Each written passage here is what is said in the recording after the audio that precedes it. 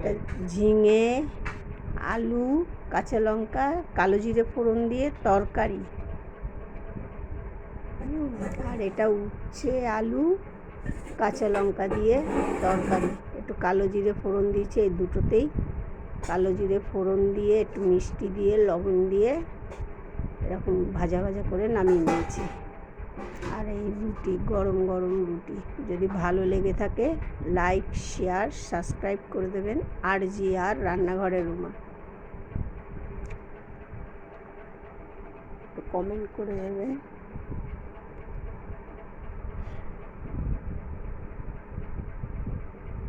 আজকে একটু করতে পারলাম, আস্তে আস্তে দেখি চেষ্টা করছি, যদি করতে পারি তাহলে আবার ভিডিও ছাড়া শুরু করব। আপনারা একটু পাশে থাকবেন।